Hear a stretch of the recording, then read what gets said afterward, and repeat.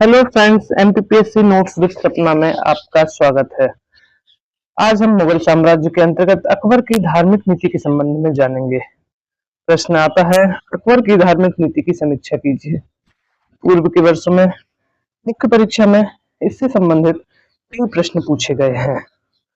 उत्तर लिखते हैं हम। भारत के एकीकरण और राष्ट्रीय राज्य की स्थापना के लिए उदार और धर्म सहिष्णुता की नीति अपनाना अकबर की आवश्यकता थी, क्योंकि भारत में रहने वाले सभी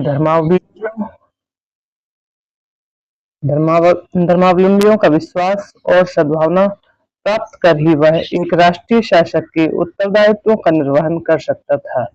अतः धार्मिक सहिष्णुता अकबर की नीति का प्रमुख उद्देश्य था। अकबर की धार्मिक नीति के 3 भाग हैं। सबसे पहले हम देखेंगे अकबर की धार्मिक नीति का स्वरूप, फिर महजर की घोषणा और फिर दीन-ए इलाही की स्थापना। सबसे पहले हम अकबर की धार्मिक नीति का स्वरूप जानते हैं। अकबर की धार्मिक नीति का विकास विभिन्न चरणों में हुआ। देखते हैं 1560 ईस्वी में सबसे पहले 1560 में धार्मिक नीति पर इस्लाम धर्म का व्यापक प्रभाव रहा। 1562 में हिंदुओं के प्रति उदार रुख रहा, क्योंकि इस समय तक अकबर ने राजपूतों से वैवाहिक संबंध स्थापित किए थे, अतः हिंदुओं के प्रति उदार रुख था। 1563 में हिंदुओं की तीर्थ यात्रा कर को समाप्त कर दिया। 1564 में जजिया कर से हिंदुओं को मुक्त कर दिया। 1575 ईस्वी में धार्मिक नीति में निर्णायक मोड़ आया। अबुल फजल फैजी और शेख मुबारक के विचारों से प्रभावित होकर सुलह कुल की नीति अपनाई। इबादत खाना का निर्माण किया, जहां सभी धर्मों के महावलंबी बैठकर धार्मिक चर्चा करते थे। इस प्रकार 1560, 62, 63, 64 और 75 में धार्मिक नीति के स्वरूप में लगातार परिवर्तन होता रहा, जैसा कि हमने देखा।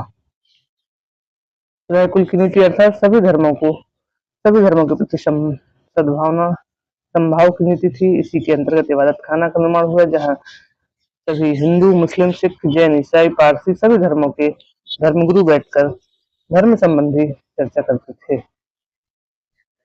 सेकंड धार्मिक नीति के अंतर्गत सेकंड पार्ट है महजर की घोषणा। देखते हैं महजर क्या था। धर्माचार्यों के विद्वेष और मतभेद को देखते हुए 1579 ईस्वी में अकबर ने इबादत खाना को बंद करवा दिया। इबादत खाना में मतभेद बढ़ने लगे, यहाँ पर वाद विवाद होने लगे, अतः अकबर ने इसे बंद करवाना उचित समझा। 1579 में 1575 में खोला गया था, 1579 में बंद हो गया। साथ ही इमाम के रूप में अपने को प्रतिस्थापित कर खुतबा पढ़वाया। अपने नाम के खुतबे पढ़वाए, अल्लाहु अकबर, जो कि हम आज भी सुनते हैं। महजर क्या था? महजर एक लिखित घोषणा पत्र था। इसका प्रारूप शेख मुबारक ने तैयार किया था। इसमें धार्मिक मामलों का प्रधान स्वयं अकबर था। वह वास्तव में उलेमा के प्रभावों पर अंकुश इसके अंतर्गत वास्तव में उलेमा के प्रभावों पर अंकुश लगाया गया। इसे इस्लाम धर्म की व्याख्या करने एवं मुल्ला मौलवियों के धार्मिक मतभेदों में निर्णायक मत देने का अधिकार मिला। अकबर को इस्लाम धर्म की व्याख्या करने, मुल्ला और मौलवियों के धार्मिक मतभेदों में निर्णायक मत देने का अधिकार मिला। इसके अंतर्गत अकबर को खलीफा और सम्राट दोनों की शक्तियां प्राप्त हो गई। इस तरह से हम देखते हैं महजर एक घोषणा पत्र था, जिसमें अकबर को खलीफा और सम्राट दोनों की शक्तियां प्राप्त थी। स्वयं को धर्मगुरु बताया था। अकबर के समकालीन इतिहासकारों ने महजर पर अलग अलग प्रतिक्रियाएं व्यक्त की। बदायूं ने जहां इसकी तीखी आलोचना की है, वहीं अबुल फजल ने इसकी प्रशंसा की है। वास्तव में हम अपना भी लिखेंगे। वास्तव में इस घोषणा पत्र से अकबर की हिंदू, जैन, बौद्ध, पारसी एवं अन्य प्रजा के साथ मुसलमानों के समान स्वतंत्र व्यवहार का अधिकार मिला। हिंदू, जैन, पारसी सभी के साथ मुसलमानों जैसा समान स्तर का व्यवहार इस घोषणा पत्र के अंतर्गत किया गया। नेक्स्ट, 3rd पार्ट आता है दीन इलाही की स्थापना।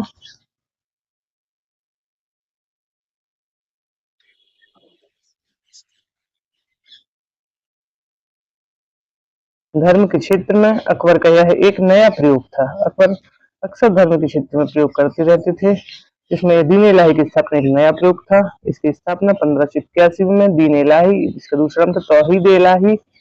अनेक विद्वान इसे अकबर द्वारा स्थापित एक नया धर्म मानते हैं, परंतु सम्राट अशोक के धर्म के ही समान यह मात्र एक आचार संहिता थी, जिसमें सभी धर्मों के अच्छे गुणों का समावेश करने का प्रयास किया गया था। इसका उद्देश्य समाज में एकता और सद्भाव को बढ़ावा देना तथा धार्मिक विभाजन को समाप्त करना। अपना उद्देश्य। अब हम देखते हैं दीन इलाही का स्वरूप क्या था। दीन इलाही के अंतर्गत इसे स्वीकार करने वालों के लिए निश्चित नियम बनाए गए। ईश्वर एक था और उसका प्रतिनिधि अकबर था। अकबर ही इस धर्म का प्रधान था। अकबर का गुरु के रूप में सर्वोच्च स्थान था। प्रत्येक रविवार को अकबर अपने शिष्यों को दीक्षित कर इस नए धर्म में प्रवेश दिलाता था। शिष्य अकबर के समक्ष अपनी पगड़ी रखकर सिजदा करता था। अकबर उसके सिर पर पगड़ी रखकर उसे सम्मानित करता और एक शस्त्र देता जिस पर अल्लाह अकबर खुदा रहता था। इस धर्म के अनुयायियों के लिए अपना मूल धर्म छोड़ने की बाध्यता नहीं थी, परंतु उनके लिए नैतिक जीवन व्यतीत करना आवश्यक था। उनके लिए शाकाहारी भोजन करना, सांसारिक सुखों एवं कामनाओं का त्याग करना तथा अपने जन्मदिन पर भोज एवं दान देना आवश्यक था। उन्हें मृत्यु का भोज भी जीवन में ही देना पड़ता था। सम्राट के प्रति श्रद्धा एवं भक्ति तथा सबके प्रति प्रेम की भावना रखना, अग्नि और सूर्य की पूजा आवश्यक थी। यह दीन इलाही का स्वरूप था। हमने देखा दीन इलाही में किस तरह से नियम बनाए गए थे। अब इसकी समीक्षा पढ़ते हैं। इस प्रकार अकबर द्वारा स्थापित दीन इलाही सही अर्थ में कोई नया धर्म नहीं था, बल्कि यह एक ऐसे समूह का प्रतिनिधित्व करता था जिसके मानने वाले अकबर के विचारों का पालन करते थे और अपना धर्म गुरु मानते थे। हमने देखा इसमें कोई पूजा स्थल की आवश्यकता नहीं थी, कोई पुजारी नहीं था, कोई जाति पाति का भेद नहीं था। इसमें इसके प्रचार प्रसार के लिए अकबर ने ना तो बल का प्रयोग किया, ना ही प्रलोभन दिया। फलतः इसका प्रसार अधिक नहीं हो सका। साथ ही प्रजा अकबर के उच्च आदर्शों को समझने में विफल रही। इसे मानने वाले साम्राज्य के महत्वपूर्ण व्यक्ति ही थे। उनकी संख्या भी मात्र 22 थी। राजा बीरबल ही एकमात्र हिंदू थे जिन्होंने इसे स्वीकार किया। फलतः अकबर के साथ दीन इलाही भी समाप्त हो गया। अनेक आलोचकों ने इसे अकबर की मूर्खता का प्रतीक माना है।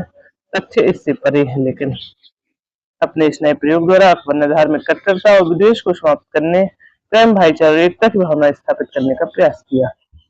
इस तरह से ये 3 पॉइंट में हमारी धार्मिक नीति होती है। यदि 200 वर्ड्स में आता है तो बिल्कुल ऐसा ही उत्तर लिख कर आए। निश्चित रूप से आप विश्वास कीजिए, परीक्षा में आपको बहुत अच्छे मार्क्स मिलेंगे। सबसे पहले हम नीति का स्वरूप लिखेंगे, इसमें किस किस वर्ष में क्या क्या परिवर्तन हुए वह लिखेंगे। फिर उसके बाद हम महजर की घोषणा लिखेंगे। धार्मिक नीति के अंतर्गत महजर एक घोषणा पत्र था जिसमें अकबर को खलीफा और सम्राट दोनों की शक्तियां प्राप्त थी। और उसके बाद हम इलाही की स्थापना लिखेंगे। उसकी स्थापना की उद्देश्य क्या था, उसका स्वरूप क्या था, इसके क्या नियम थे, कैसे अकबर ने धर्म में प्रवेश दिलाता था, इस तरह से। और लास्ट में हम समीक्षा लिखेंगे कि अकबर के आलोचकों ने इसके विषय में क्या कहा है और वास्तव में क्या था। इस प्रकार से हमारा आंसर पूरा होता है। हम नेक्स्ट आंसर देखते हैं। प्रश्न 2017 में पूछा गया है, अकबर को राष्ट्रीय सम्राट क्यों कहा जाता है, विस्तार से समझाइए। देखते हैं। अकबर ने न सिर्फ मध्यकालीन भारत का बल्कि विश्व का एक महान शासक माना जाता है। अकबर को न सिर्फ मध्यकालीन भारत का बल्कि विश्व का एक महान शासक माना जाता है। एक साम्राज्य निर्माता, कुशल प्रशासक, धर्म सहिष्णु शासक, समाज सुधारक, कला और संस्कृति के संरक्षक के रूप में विश्व इतिहास में उसका महत्वपूर्ण स्थान है। इतनी सारी विशेषताएं अकबर में मौजूद थी। हम देखते हैं राष्ट्रीय सम्राट कहने के क्या कारण रहे। पहला, राजनीतिक एकीकरण के साथ साथ सांस्कृतिक एकीकरण का प्रयास किया। हमने देखा कल की वीडियो में भारत के उत्तरी भारत, दक्षिण भारत के सभी प्रमुख स्थानों पर अकबर का साम्राज्य था। और राजनीतिक एकीकरण का प्रयास तो था ही, सांस्कृतिक एकीकरण का भी प्रयास किया। कई महल बनवाए, कई भारतीय ईरानी शैलियों के समन्वय से जिससे सांस्कृतिक एकीकरण हुआ। शिक्षा, स्थापत्य, कला के क्षेत्र में योगदान दिया। यह सांस्कृतिक एकीकरण का प्रयास किया। धार्मिक सामाजिक विभेद को मिटाने के लिए सुलह कुल की नीति अपनाई, जैसे कि हमने पढ़ा था। सुलह कुल की नीति लाए थे अकबर 1575 में। अकबर ने राज्य को कल्याणकारी संस्था के रूप में देखा और समन्वय संस्कृति के विकास पर बल दिया। समन्वय संस्कृति अर्थात हिंदू मुस्लिम के समन्वय से चलने वाली संस्कृति को बल दिया। और कल्याणकारी संस्था के रूप में कई जनहित के कार्य किए। मुसलमानों के अतिरिक्त हिंदुओं को भी उच्च प्रशासनिक और सैनिक पद दिए, जैसे कि हमने देखा था भारमल, राजा भारमल जो थे उन्हें, और मनसब का प्रदान किया था। मानसिंह उनके पौत्र थे जिन्हें सेना में उच्च स्थान मिला था। इस प्रकार से नेक्स्ट देखते हैं, धार्मिक सहिष्णुता की नीति का पालन किया, दीन इलाही धर्म चलाया, हिंदू और मुस्लिम में पिछले सामाजिक बुराइयों को दूर करने का प्रयास किया, सती प्रथा बाल विवाह पर रोक लगाने के लिए प्रयास किए। फारसी के साथ साथ हिंदी को भी बढ़ावा दिया। संस्कृत के महत्वपूर्ण ग्रंथों का फारसी में अनुवाद किया, जैसे महाभारत, रामायण, पंचतंत्र का फारसी में अनुवाद हुआ। बाबरनामा जो थी उसका हिंदी में अनुवाद हुआ था। हिंदी भी को भी बड़ा मिला और फारसी को भी बड़ा मिला। हिंदू और मुसलमान शिक्षण संस्थानों को समान रूप से संरक्षण और प्रोत्साहन दिया। मुसलमानों के मदरसों का निर्माण कराया, हिंदुओं की शैक्षणिक संस्थाओं को अनुदान दिए, उन्हें संरक्षण प्रदान किया। लास्ट है, अकबर के प्रयासों से भारत की विभिन्न कला शैलियों का समन्वय एवं विकास हो सका। जैसे ईरानी और भारतीय शैली के संरक्षण से मुगल स्थापत्य का जन्म हुआ। अकबर के ही समय मुगल स्थापत्य का जन्म हुआ था, जो कि ईरानी और भारतीय शैलियों के समन्वय से हुआ था। इस प्रकार भारत की विभिन्न कला शैलियों का समन्वय एवं विकास हुआ। अकबर के इन प्रयासों को देखते हुए निसंदेह कहा जा सकता है कि अकबर एक राष्ट्रीय शासक था। राजनीतिक एकीकरण, सांस्कृतिक एकीकरण, सामाजिक विभेद, सुलह कुल की नीति, कल्याणकारी संस्था के रूप में राज्य को देखा, समन्वय संस्कृति पर बल, प्रशासनिक को सैनिक पद प्रदान किए, मुसलमानों के साथ साथ हिंदुओं को भी, धार्मिक सहिष्णुता, दीन इलाही, सती प्रथा बाल विवाह को रोकने का प्रयास, रामायण महाभारत पंचतंत्र का फारसी में अनुवाद, शिक्षण संस्थानों का संरक्षण, कला शैलियों के समन्वय विकास, इलाहाबाद का किला और भी कई किले हैं जो अकबर द्वारा, लाहौर का किला जो अकबर द्वारा बनवाए गए हैं। अतः इन सभी विशेषताओं को देखते हुए कह सकते हैं कि निसंदेह अकबर एक राष्ट्रीय शासक था। अगर मुख्य परीक्षा में आता है तो आप सेम टू सेम यही आंसर लिख कर आए। निश्चित है यदि 7 मार्क्स में आता है तो 5 से 6 नंबर निश्चित आपको मिलेंगे। यदि 10 मार्क्स में आता है तो 7 से 8 नंबर निश्चित ही आपको ये आंसर दिलाएंगे। आप मेरे वीडियो को देखिए, उनसे अपने नोट्स तैयार कीजिए, नोट्स और उन्हें कई बार रिवाइज कीजिए ताकि आपके दिल और दिमाग में वह नोट्स बैठ जाए और आप परीक्षा में अच्छे से अच्छा प्रदर्शन करके आए। इन शुभकामनाओं के साथ मैं आज का वीडियो समाप्त करती हूँ। कल फिर नए टॉपिक के साथ, जैसे मुगलों के प्रशासनिक सुधार, सैन्य सुधार, सामाजिक आर्थिक सुधार के बारे में हम देखते हैं, जो कि पूर्व परीक्षाओं में भी, मुख्य परीक्षा में पूछे गए हैं। आपको आज का वीडियो कैसा लगा कमेंट करके जरूर बताएं। ये वीडियो अच्छा लगा है तो प्लीज चैनल को सब्सक्राइब करें, वीडियो को लाइक करें। धन्यवाद।